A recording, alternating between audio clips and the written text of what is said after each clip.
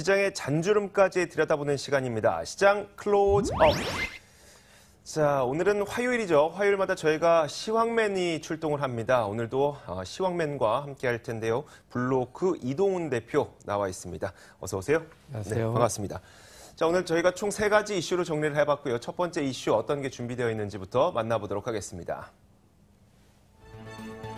팔 때는 강하게, 살 때는 약하게. 요즘 외국인 수급이 시원찮다. 주식시장 큰손 외국인은 오늘장 전기전자를 제외하고는 다 팔아치우고 있는데 그들의 주식 편식에 손해보는 개인 투자자들도 만만치 않을 것. 집 나간 외국인, 과연 그들은 언제쯤 돌아올 것인가? 과연 외국인이 언제 돌아올 것인가에 대한 질문을 해결하기 위해서 그 전에 질문이 또 필요하겠죠. 외국인들이 지금 왜 팔고 있는 것인지. 이동훈 대표는 왜 팔고 있다고 보세요? 예, 명분 보면 한 3가지 정도 네네. 봐야 될 것 같은데요. 첫 번째는 역시 이제 무역 갈등 부분에 대해서, 그러니까 중국하고 무역 갈등 부분이 어떻게 해결되느냐에 따라서 우리나라에서 나가서 또 중국을 거쳐서 미국으로 가는 게 많이 있거든요. 네네. 국내 기업들 실적에 아무래도 영향을 줄 수밖에 없는 사안이기 때문에 이 부분이 좀 관찰이 돼야 된다고 보는 거고요.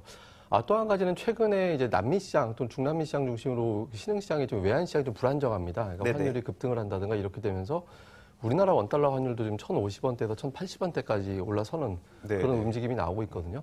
환율 올라갈 때 외국인들 입장에서는 쉽게 매수하기가 어려워집니다. 그러니까 환차 손해에 바로 노출될 수 있기 때문에 외국인들 입장에서 한 발 빼서 봐야 되는 이유가 되고요. 마지막으로 이제 국내 기업들 실적이 속속 나오고 있는데 예상치와 편차가 큰 기업들이 몇 개가 좀 나오는 것 같습니다. 생각보다 실적이 안 좋았던 기업은 삼성전자 정도였고요. 그다음에 현대차는 이제 어닝 쇼크라고 표현됐고 LG화학 같은 경우도 썩 좋다라고 평가받지 못할 것으로 보여지고 있거든요. 그래서 이런 부분들이 자꾸 나오다 보니까 실적까지는 다 보고 나서 이제 움직임에 나서는 게 나을 것 같다라고 보는 신중함 이런 것들이 동반적으로 작용하다 보니까 시장에서 상대적으로 적극적으로 매수하기 어려운 그런 상태로 만들어졌던 것 같습니다. 알겠습니다. 미국과 중국의 무역 갈등에 대해서 조금만 더 이야기를 해보면, 그러니까 미국하고 중국이 둘이 싸우고 있긴 한데 우리나라에서 반제품을 중국으로 만들어서 넘기면 수출을 하면 중국에서 그거 조립해서 미국으로 넘기는데 미국하고 중국하고 무역으로 싸우다 보니까 이 반제품을 수출하는 우리나라까지 지금 외국인들이 나쁘게 보고 있다는. 그런 측면이 있고요. 그러니까 또 한 가지는 뭐냐면 이건 큰 줄고 자유무역이냐 보호무역이냐라고 네네. 놓고 싸우는 건데 아시겠지만 우리나라 기업들의 구조 자체가 특히 시가총액 상위 종목 대부분 다 수출 기업이거든요. 네네. 근데 보호무역 할 때 민감하게 보는 게 보통 철강이라든가 자동차 쪽입니다. 그러니까 미국에도 있고 중국에도 있고 우리나라도 있고 또 일본에도 있고 그러니까 이렇게 되면서 수출로서 이제 경쟁을 좀 해야 되는데 보호무역으로 바뀌게 되면 우리나라 입장에서는 실적이 급감할 수도 있는 상황이 되고요. 그래서 반도체 같은 경우도 만약에 이제 중국에서 현실적으로 기술력 때문에 보호무역하기가 어려운 산업이긴 합니다만은 미국에 맞서서 극단적인 기술 개발을 나선다 이렇게 되면 심리적으로도 부담될 수 있거든요. 그래서 이런 부분들이 보호무역, 자유무역 이렇게 갈리는 사안이 될 수 있기 때문에 외국인들은 이 부분에 대해서 좀 조심스럽게 보는 측면도 이해는 된다라고 봐야겠습니다. 말씀하셨던 3가지 가운데 외국인이 가장 이것 때문에 팔고 있다고 보시는 건 뭐예요? 그러면? 현재로서 보면 사실은 이제 그 정책 불확실성인 것 같아요. 그러니까 보호무역이냐 이제 자유무역이냐라는 게 시원스럽게 결론 내지 못하고 있는 상황이거든요. 그러면서 부분적인 어떤 종목들만 올라가고 있는 상태이기 때문에 이 부분이 좀 깨끗하게 해결이 돼야 될 것 같습니다. 그게 깨끗하게 해결이 되려면은 그 시점을 11월 정도가 되는 미국의 이제 중간선거가 있는 11월 정도가 될 것이라고 얘기하시는 분들도 있어서요. 기간은 언제쯤으로 보시나요? 그렇게 길게 갈 것 같지는 않습니다. 그러니까 지금 트럼프 입장에서는 지지율이 어떻게든 올라가고 있는 상황이 됐거든요. 그러니까 북한과의 어떤 관계 개선 이슈, 최근에 약간의 노이즈가 나오긴 했습니다만은 어쨌든 이런 노이즈에서 만약에 더 중국과 맞서는 상황이 된다라면 좀 어려워지는데 그러니까 미국에서 중국의 내공 조건이 상당히 어렵거든요. 무역 수지 적자 2천억 달러 줄이는 거라든가 첨단 산업에 보조금 지급하지 말라는 거라든가 이런 건 좀 어려운데 부분적으로 중국에서 양보할 것 같습니다. 금융시장 계속 개방해주고 또 위안화의 어떤 환율에 대해서 좀 어느 정도 용인을 해주면 미국 기업들의 수출이 자연스럽게 늘 수 있는 계기가 되거든요. 그래서 이런 것들이 타협점을 찾는 시점이 아마 이제 상반기 안에는 좀 되지 않을까 이렇게 봐서 이 이슈로 이제 외국인들이 매도한다라면 그렇게 길게 갈 것 같지는 않습니다. 알겠습니다. 자, 외국인들이 이제 돌아오는 시점을 좀 기다리면서 저희가 다음 이슈를 한번 살펴보도록 하겠습니다. 다음 이슈도 준비가 되어 있습니다. 만나보시죠. 삼성증권 배당 사고, 삼성바이오로직스 분식회계 공방 등 삼성그룹주의 입단 악재가 터져나오며 투자자들의 고심이 깊어지고 있다. 연속된 악재와 액면 분할로 국민주로 돌아온 삼성전자에 대한 관심이 많은 만큼 이슈에도 민감할 텐데 삼성그룹주 이들의 운명은 어찌 봐야 할까?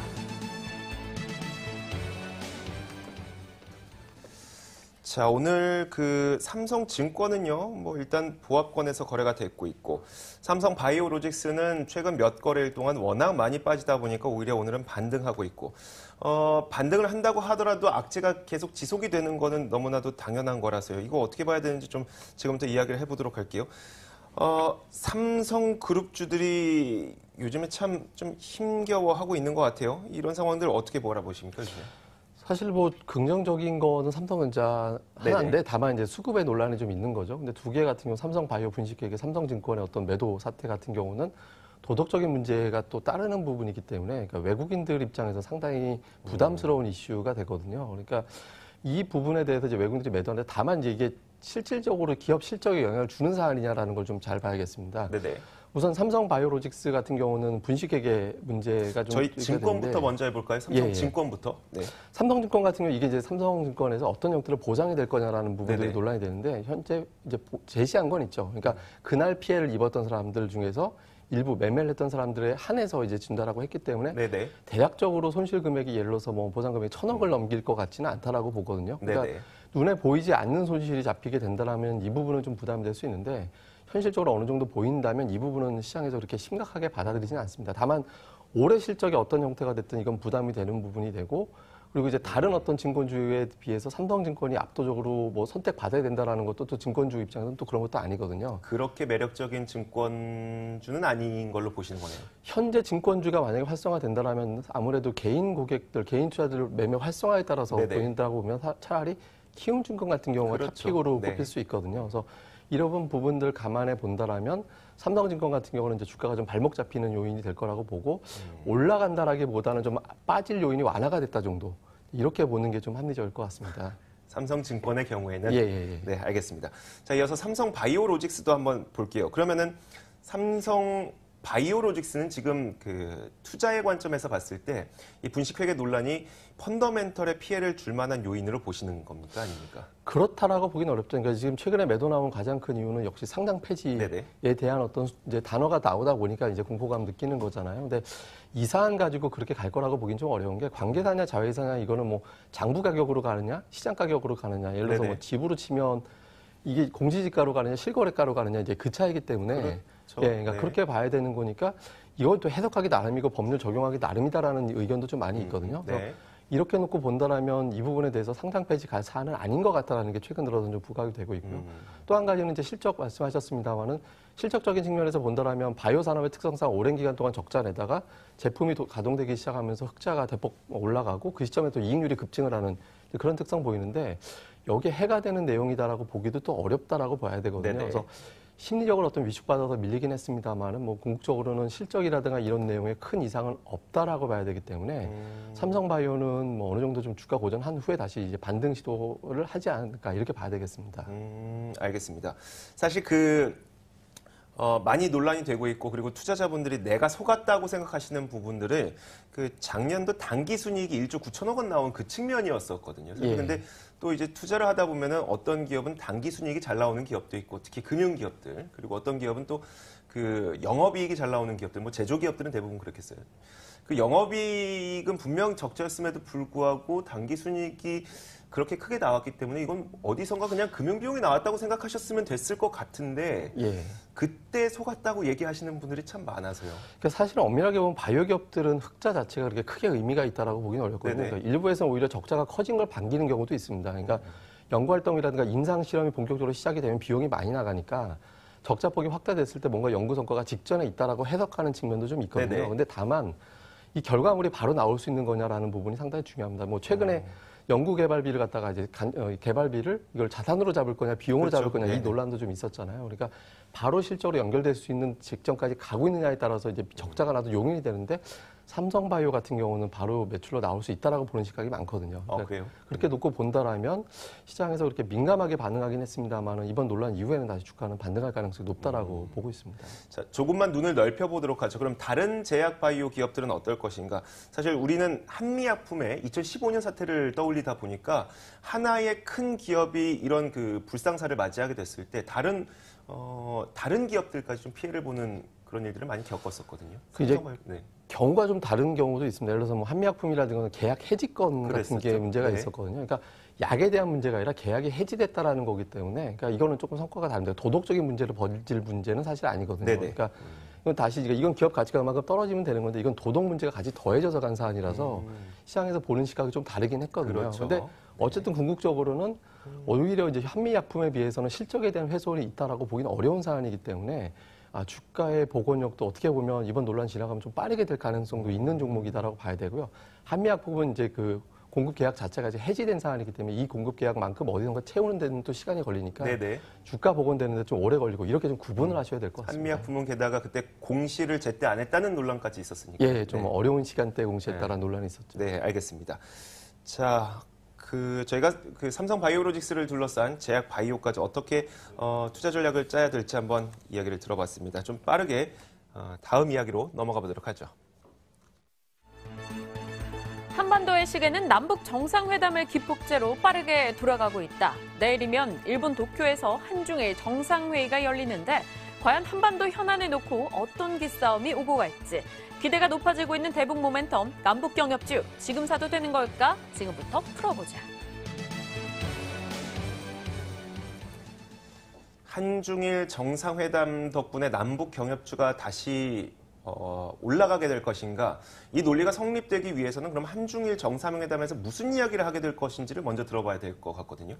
그러니까 한중일 정상회담에서는 실질적으로 이제 남북 정상회담에서 합의를 이뤘던 부분에 대해서 지지한다라는 네네. 성과를 내야 되는데 성과를 낸다라는 지지를 만약에 받아낸다라면 우리가 이제 그동안 기대하고 있었던 경협 문제가 해결되는 게 되거든요. 네네. 그리고 나아가서는 남북 문제가 또 개선이 된다라면 또 이제 중국과의 어떤 대치에 있었던 부분들, 그러니까 이제 예를 들어서 사드 보복이라든가 이런 것들이 같이 또 해소될 수 있기 때문에 우리 입장에서 상당히 좀 중요합니다. 근데 문제는 지금 일본이 계속 딴지를 걸고 있어서 네. 이게 부담되긴 합니다만은 어쨌든 그러니까 중국이 이제 나서면서 이 부분에 대해서 지지해준다는 성과가 나오게 되고 이 과정에서 남북 경협이 현실화될 가능성이 높다라고 시장에서는 이렇게 해석할 가능성이 높다라고 봐야겠습니다. 만약에 그럼 한중일 정상회담을 통해서 우리는 남한과 북한이 서로 합의를 나눴던 이야기에 대해 적극적으로 뭐 지지한다라고 했을 때 지금 이미 많이 올랐던 남북 경협주들이 다시 한번 그러니까 이미 오른 종목들 말씀드리는 거예요. 예. 이미 올랐던 종목들이 다시 한번 떠오를 것으로 생각이 드세요? 어떠세요? 현실적으로 쉽지는 않겠습니다. 왜냐하면 남은 재료가 북미 정상회담밖에 없거든요. 네네. 근데